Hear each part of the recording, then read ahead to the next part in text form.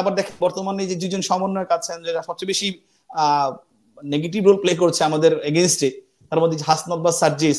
এখানে সার্জিস ও ছাত্রলীগ করতো সরাসরি, ওর বাবা কিন্তু একটা রানিং ওয়ার্ড আওয়ামী লীগের সভাপতি এবং উপজেলা আওয়ামী লীগের ভাইস প্রেসিডেন্ট। আপনি কিভাবে বলবেন তার বাবা আওয়ামী লীগ রাজনীতি করছে?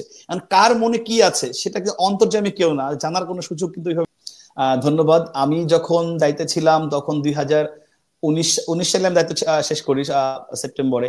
তো ওই সময় হাসনাত বা সার্জিস ওরা হচ্ছে সম্ভবত সেকেন্ড ইয়ারে উঠেছে আর কি, মানে ফার্স্ট ইয়ার শেষ করে সেকেন্ড ইয়ারে আসছে।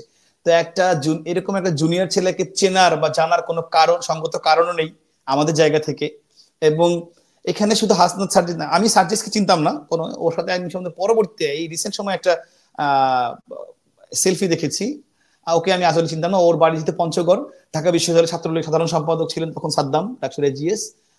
তার এলাকার পাশে পাশে বাড়ি হওয়ার কারণে তার সাথে রাজনীতি করতো। এবং সাদ্দামেরও দোষ দিব না, কারণ সার্জিসের বাবা আওয়ামী লীগ পরিবার থেকে বা সরাসরি আওয়ামী লীগ করা লোক, তাকে সাইড দেওয়া এবং ও আপনার ডিবেট করতো, ভালো ডিবেটিং এর ইয়ে ছিল, 21শে হলের ডিবেট ক্লাব সভাপতি ছিল। সুতরাং ওকে সুযোগ দেওয়াটা এটা খুব যৌক্তিক কারণে দিয়েছে।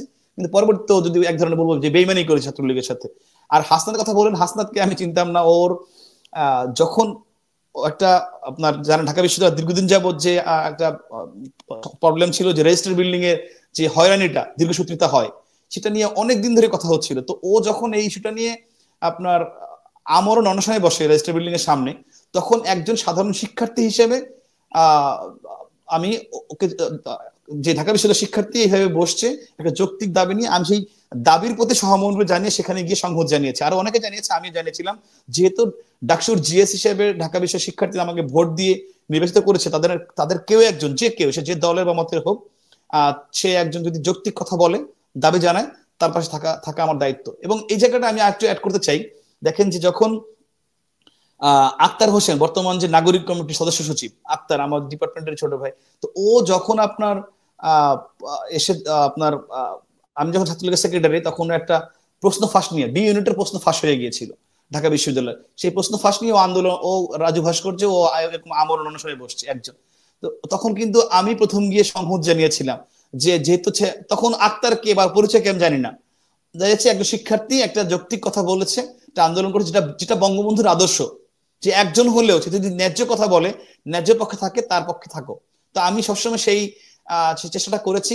আমি কোনো ব্যক্তি দেখি নাই, দেখেছি তার কাজটা কি, তার উদ্দেশ্যটা কি। সে যখন বলেছে আমি বলেছি এটা হতো, এবং আমি বলার কারণে ওই সময় ওই ওর পাশে বসেই আমি কিন্তু প্রক্টর স্যারকে ফোন দিয়েছিলাম যে স্যার এটাকে মানতে হবে, এটা যৌক্তিক, পরীক্ষা আবার হতে হবে। এবং আমাদের ছাত্রলীগ পরবর্তী সাদ্দামও সংহত জানিয়েছে, এবং আমার এবং সাদ্দামের চেষ্টায় কিন্তু ওই সময় ওই পরীক্ষাটা আবার হয়েছিল, দাবিটা মেনে নিয়েছিল। তো এরপরে আপনার দেখেন যে আরেকটা সমন্বয়ের সঙ্গে কাজ করেছে মহিউদ্দিন রহমানের একটা ছেলে।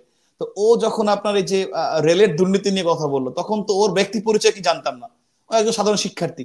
আমি কিন্তু সেখানে গিয়ে এবং পরবর্তী ব্যারিস্টার সুমন ভাই জানেন, আমরা গিয়ে কিন্তু সংহত জানিয়েছি এবং পক্ষে দাঁড়িয়েছে যে 6 দিন বা 7 দিন একটা ছেলে দাঁড়িয়ে আছে। এখানেও আপনি দেখেন যে ও আন্দোলন করছিল 6 দিন 7 দিন ও বসে আছে রেল স্টেশনে, একটা ছেলে, আর ঢাকা বিশ্ববিদ্যালয়ের শিক্ষার্থী, ও বিভিন্ন ধরনের কর্মকাণ্ড করছে। একজন রেল থেকে একজন প্রতিনিধি গিয়ে কিন্তু সাথে কথা বলে নাই। একজন এনএসআই, একজন ডিজিএফআই অথবা যে কোনো প্রতিনিধি রাষ্ট্রের গিয়ে কিন্তু কথা বলেন নাই, বা যে কি হয়েছে, ঠিক আছে এটা আমি পার্সু করি, এটাকে বসে সমাধান ব্যবস্থা করি। তা আমরা যখন গেলাম, যখন স্পার্ক করলো, তখন কিন্তু আসলো। তো এইভাবে কে ব্যক্তির নামের সাথে আমার কোনো সংশ্লিষ্টতা নাই। আমি আগে বলছি, আপনি এখানে হাসনাত বলেন বা রনি বলেন বা যে যাদের কথা বললাম আক্তার, এরা যখন ন্যায্য কথা বলছে, আমি এই দাবিগুলা, এই চেষ্টা যদি আমাদের ছাত্রলীগের একজন কর্মীর পক্ষ থেকে আসতো, আমি অনেক বেশি খুশি হতাম।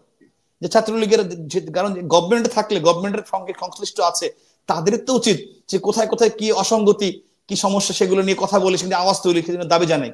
তো ওরা এগুলাকে নিয়েছে একটা এজেন্ডা হিসেবে, এবং সেই এজেন্ডা দিয়ে ওরা লাইমলাইটে আসছে।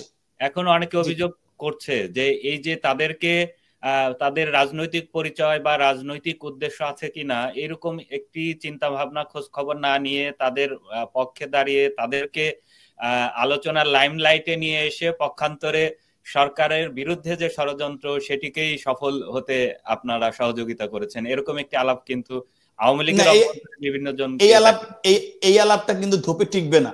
আপনাকে এখানে ন্যায্য এবং অন্যায্য দুটো দিকে যেতে হবে। কারণ আপনি আপনি আপনি আপনি আওয়ামী লীগ করেন কি বঙ্গবন্ধুর আদর্শতে করবেন নাকি? তো বঙ্গবন্ধুর আদর্শ আপনার কি শিখিয়েছে, আমাকে তো সেটা দেখতে হবে, আমাকে রুটটা, যে আপনি যদি শুরুতেই এরকম ভাবে এই ন্যায্য দাবিগুলো মেনে নিতেন তাহলে তো আজকে এই দিনটা আসতো না। আপনি তো শুরুতে যদি দায়িত্বশীল জায়গা থেকে সেটি সরকার বা দলের উচ্চ পর্যায়ে জানাতে পারতেন। অবভিয়াসলি যখন এগুলো হয়েছে আমি তো এগুলো জানিয়েছি, বলে তো সমাধান হয়েছে। আপনার কি মানে এই যে আপনার প্রশ্ন ফাঁস হলো, আমি ভিসি স্যারকে প্রফেসরকে জানালাম। আপনার যখন রেলের আন্দোলন হলো আমি ডিজি কে জানিয়েছি, মন্ত্রী মহোদয়কে জানিয়েছি, তারা বসতে সমাধানের জন্য চেষ্টা করেছে, কমিটি করেছে। তারপরে আপনার যখন এই যে হাসনাত বসলো তখন আমি আমাদের ভাইস চ্যান্সেলর স্যারকে জানিয়েছি, স্যার সঙ্গে সঙ্গে দাবি মেনে নিয়েছে। তো এগুলো তো আমরাই করেছি, এগুলো তো এমন না যে ওদের আন্দোলনের কারণে হয়েছে। এবং বরঞ্চ আপনি বলতে পারেন যে এই আন্দোলনগুলো যদি আমরা অ্যাড্রেস না করতাম, না যেতাম, আমি না যেতাম, এগুলো আরো বড় হতো, একজনের জায়গায় 10 জন আসতো, এবং এই যে কোটাটা হলো এরকম একটা স্পার্ক তখন হতে পারতো। সুতরাং আপনি বলতে পারেন যে আমি এই আন্দোলন থামিয়ে দিয়েছি, তখন গভর্নমেন্টকে আর বেগ পোহাতে হয়নি। আপনি যখন ওই যে বললাম নিরপেক্ষ আন্দোলন হলো, আমি শুরুতে থামিয়ে দিয়েছি বলে গভর্নমেন্টকে এই বেগটা পেতে হয়নি। ইনফ্যাক্ট আপনি যখন আপনি জানেন যে আমাদের এই আন্দোলন মাঝখানে আমাদের ধানমন্ডি পার্টি অফিসে রেপ হয়েছে, মার্ডার হয়েছে, এরকম গুজব ছড়িয়ে কিন্তু পুরো পার্টি অফিসটি অ্যাটাক করার জন্য মাত্র 50 গজ দূরে ছিল ওরা। যদি ওই দিন 18 সালে ওই দিন যদি ওরা পার্টি অফিসে অ্যাটাক করতো, ধানমন্ডি আমাদের দলীয় সভাপতি কার্যালয়ে অ্যাটাক করতো, তাহলে কিন্তু সঙ্গে সঙ্গে ওদের প্ল্যান ছিল, এটা শিবিরের প্ল্যান, একদম সঙ্গে সঙ্গে সারা বাংলাদেশে প্রত্যেকটা জেলা উপজেলায় পার্টি অফিসে অ্যাটাক হতো, যেহেতু ঢাকায় রাজধানীতে হয়েছে। তো এই প্ল্যানটা যখন আর বলছি, আমি কিন্তু দায়িত্ব নিয়ে, আমি এককভাবে একদম দায়িত্ব নিয়ে সিটি কলেজ থেকে আমাদের কেন্দ্রীয় ছাত্রলীগের, আপনি চিনতে পারেন দেলোয়ার রহমান দীপু, উনি স্কুল ছাত্র সম্পাদক ছিলেন, তিনি সিটি কলেজ টিচার ছিলেন, তাকে ফোন করে সঙ্গে সঙ্গে আমি ক্লাস 7 এবং ক্লাস 9-এর একটা বাচ্চা ছেলে একটা মেয়েকে আইডি কার্ড পরিয়ে আমি পার্টি অফিসে নিয়ে গিয়েছি এবং ওদেরকে দিয়ে লাইভ করিয়েছি শিক্ষার্থীর প্রতিনিধি হিসেবে।